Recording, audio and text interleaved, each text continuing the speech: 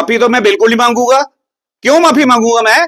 हम हिंदू आस्था के लिए मैं लड़ रहा हूं, लोगों के रोजगार के लिए लड़ रहा हूं, मैं माफी क्यों मांगूंगा? माफी तो उस विधायक को मांगनी चाहिए जो लोगों के साथ खड़ा नहीं है, जीतने के बाद लोगों के साथ खड़ा नहीं है, उसको इस चीज के लिए माफी मांगनी चाहिए कि मैं माफी, मुझे माफ कर दो, मैं लोगों के साथ खड़ा नहीं रह सकता, मेरी पर्सनल कोई कमजोरी है, मुझे माफी मांगने की जरूरत है। लीगल नोटिस का जवाब मैं लीगल तरीके से दूंगा, मुझे कोई परेशानी नहीं है, मैं उस तरीके से दूंगा। मैं प्रेस वार्ता, क्योंकि मैंने फेसबुक पेज पे देखा, एक मुझे लीगल नोटिस दिया गया है, तो सारी जो प्रेस वार्ता है मेरी उसी पे रखी है प्रेस वार्ता कि हमारे जहाँ स्थानीय विधायक जिन्होंने एक लीगल नोटिस भेजा है कि आपने श्राइन बोर्ड के बारे में कुछ बोला है, जहाँ उसको उनके लिए कोई पर्सनल कुछ बोला है, तो इसलिए मैंने ये प्रेस वार्ता रखी हुई है आज की। श्राइन बोर्ड उसमें उन्होंने कहा है कि आपने श्राइन बोर्ड को ईस्ट इंडिया कंपनी से कंपेयर किया, तो मेरा इस पे ये जवाब है कि जब ईस्ट इंडिया कंपनी भारत में आई थी तो वो व्यापार करने के लिए आई थी, और श्राइन बोर्ड बना था वैष्णो देवी की आस्था के सुधार के लिए।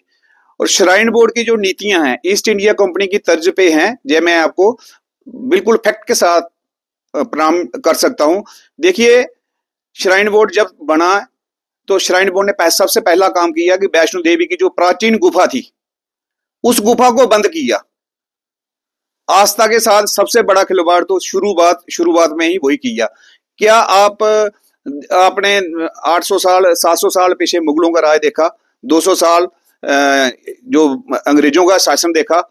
हमारे मंदिर अगर कहीं तोड़े गए, कहीं मंदिर के मेन दर्शन बंद हुए तो उस काल में हुए, और उसके बाद अब जो श्राइन बोर्ड वैष्णो देवी में बना है, इसके कालखंड में वैष्णो देवी की जो पवित्र गुफा हमारी कुल देवी है हमारी, उसका जो मेन द्वार है वो साल में ज्यादा से ज्यादा 350 दिन के करीब, या 365 दिन के बंद रहता है। क्यों?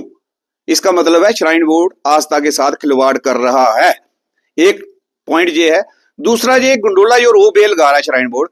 आप देखिए, हमारा भूमिका मंदिर, जो सभी श्राइन बोर्ड की जो बुक्स हैं इन्होंने खुद लिखी हुई हैं उस पे भी, और जो हमारी जो कथाएं हैं पुराण में, सभी में, हर जगह में जो हमारी कथाएं हैं उसमें वैष्णो माता की जो उत्पत्ति है, और उसके बाद पहला भंडारा जो भूमिका मंदिर में श्रीधर पंडित जी को वहां पे माता ने दर्शन किए थे, कन्या पूजन किया था। उसके उपरांत माता रानी यहां से चलते हुए बाणगंगा के समीप पहुंचे, तो जब वहां पे प्यास लगी लंगूर वीर जी को, तो माता ने बाण मार के वहां पे गंगा प्रकट की। गंगा प्रकट करने के बाद उन्होंने प्यास बुझाई, और साथ में अब खुद केश दुगे, और उसके बाद चरणोपात का मंदिर पहुंच गए, जहां चरणोपात का मंदिर है, माता के चरण चिन्ह है। वहां से माता ने पीछे देखा कि भैरव बाबा पीछा कर रहा है, तो कहां पहुंचा, तो वहां माता के उस शिला पे माता के चरणों के निशान है। उसके बाद माता रानी गर्भजून में चली गई, जहां 6 महीने के लिए 9 महीने के लिए माता रानी ने तपस्या की, और उसके बाद अर्धकुंवारी से होते हुए,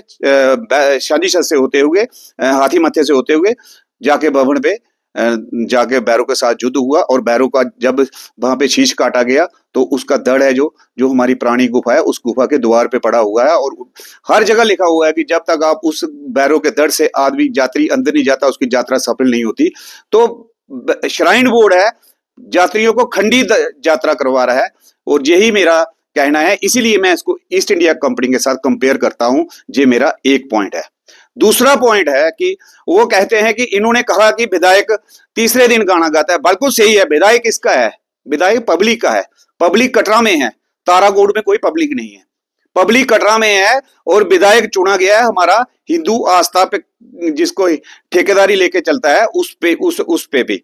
तो विधायक का काम है जहां पे पब्लिक है, पब्लिक का हित देखना, ना कि किसी एक संस्था का, किसी एक पर्टिकुलर चीज के लिए। तो मैंने ये कहा था कि क्या आपका क्या उसमें मंशा है कि आप बार बार तीसरे दिन गाना गाते हो कि रोबे ताराकोट से लगेगा, ताराकोट से लगेगा। क्यों?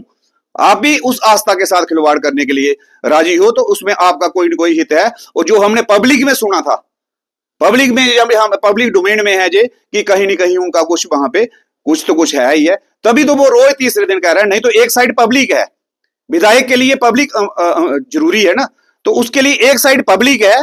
तो पब्लिक अगर एक साइड है तो वो क्यों वहां पे एक वीरान जगह के लिए उसको कर रहे हैं गंडोले के लिए, इसलिए मैंने ये बोला था। और मैं ये दोबारा कहना चाहता हूं कि श्राइन बोर्ड टोटली कमर्शलाइज काम कर रहा है। आप देखिए, भवन पे चले जाइए, कोई गरीब आदमी लाइन पे लगा है, जब भवन पे पहुंचता है तो आरती का टाइम हो जाता है तो उसकी खुशकिस्मती होती है। पर क्या होता है कि 2000 देने वाले को आगे उसके बिठा दिया जाता, वो बेचारा पीछे ही खड़ा रहता है। इसलिए श्राइन बोर्ड कमर्शियल काम कर रहा है। तो हम इसलिए भी कहते हैं कि ये आस्था के लिए नहीं, ये पैसे के लिए, व्यापार करने के लिए श्राइन बोर्ड का काम चल रहा है। आरती 2000 से लेके 1,51,000 तक, 51,000 तक माता की आरती के पैसे लिए जाते हैं। कौन से? सनातन धर्म में माता रानी की आरती के लिए पैसे लिए जा रहे हैं। अर्धकुंवारी आरती के लिए भी अभी सुना मैंने कि 2 महीने से, 1.5 महीने से इन्होंने दोबारा पैसे शुरू किए हैं, वो 300 से शुरू किया हुआ है। और जो बैटरी कार अर्धकुंवारी से भवन पे के लिए लगाई गई है, उसका 400-450 के 500 के करीब किराया है 5 किलोमीटर जगह का। आप सोचिए, श्राइन बोर्ड व्यापार नहीं कर रहा है तो क्या कर रहा है? कौन सी आस्था मेंटेन रखने के लिए श्राइन बोर्ड बना था, ना कि व्यापार करने के लिए। इसलिए मेरी ये प्रेस वार्ता, मैं आपके माध्यम से ये उनको कहना चाहता हूं कि आप अपना इस चीज पे ध्यान दीजिए कि आपको लोगों ने चुना क्यों है। मेरी बातों पे ध्यान मत दीजिए। मैं जो कह रहा हूं, मैं बिल्कुल डंके की जोड़ पे कह रहा हूं। डेवलपमेंट किस बेस पे होनी चाहिए? डेवलपमेंट का मेथड क्या है? डेवलपमेंट होनी चाहिए थी कटरा की। अगर 1986 से श्राइन बोर्ड बना तो कटरा की हालत देखिए क्या है।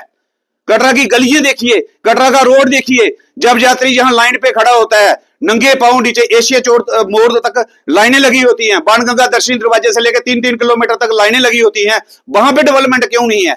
इनको डेवलपमेंट गंडोले से ही डेवलपमेंट होगी क्या?